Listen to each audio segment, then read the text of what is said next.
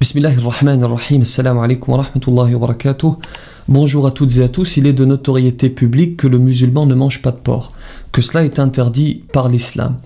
Ce qui est moins évident en revanche, c'est le pourquoi. Pourquoi le porc est-il interdit en islam?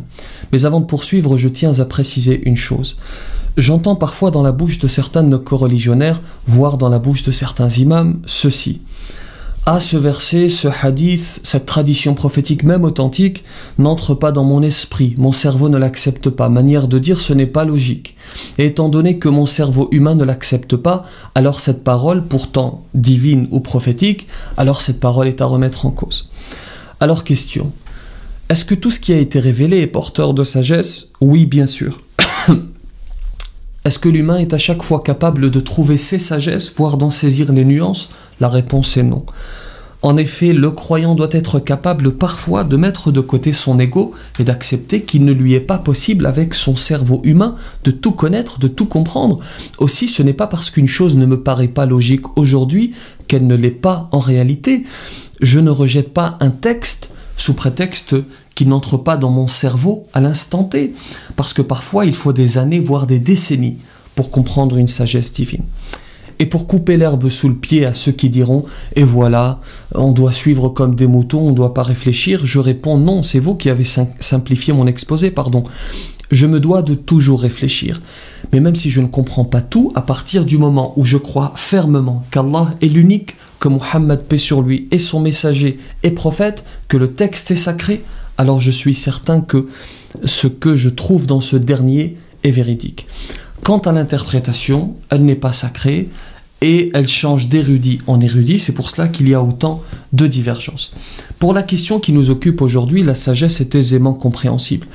D'abord, l'interdiction est-elle clairement formulée? La réponse est oui. Dieu dit dans le Coran Innama harrama alaykumul maytata waddama wa lahmal khinziri wa ma uhilla bihi li ghayrillah فمن اضطر غير باغ ولا عاد فلا إثم عليه إن الله غفور رحيم. Quelle est la sagesse alors? Pourquoi est-ce que le Créateur nous interdit cette viande? Il y a un premier indice dans le verset 157 de la sourate 7. Il leur ordonne le convenable, leur défend le blâmable, leur rend licite les bonnes choses, leur interdit les mauvaises. On en tire donc que lorsqu'il y a un interdit, c'est parce que ce qui est interdit est mauvais. Deuxièmement, la médecine moderne a prouvé que la viande porcine était nocive pour la santé. Je ne vais pas vous faire tout un développement sur la question, mais par exemple, la viande de porc contient un ver parasite que l'on appelle le ténia et qui peut être transmis à l'homme. L'OMS, l'Organisation mondiale de santé, dit d'ailleurs à ce propos, cette infection peut engendrer des effets dévastateurs pour la santé humaine.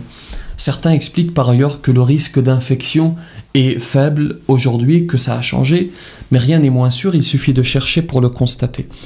Qui plus est, le porc est omnivore, il mange de tout. Il mange de la viande de porc, il mange de la viande humaine, il mange même, comment le dire subtilement, il mange même ce qu'il rejette. Certains vont peut-être nous dire à ce stade, oui, mais la viande rouge est également dangereuse, la viande de bœuf, etc. En fait, n'importe quelle viande, lorsqu'elle est consommée sans modération, devient dangereuse. En revanche, comparez les effets sur la santé d'une même quantité de viande de bœuf d'un côté et de viande porcine de l'autre, et vous verrez. Et il suffit d'être objectif et de poser la question à un spécialiste pour vous en convaincre.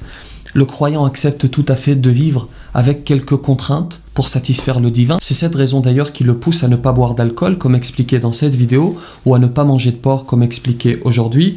N'hésitez pas à partager cette vidéo si vous pensez qu'elle peut être utile. Si vous avez des compléments à apporter, des réflexions, des précisions, rendez-vous dans les commentaires. Quant à moi, je vous laisse, je vais essayer de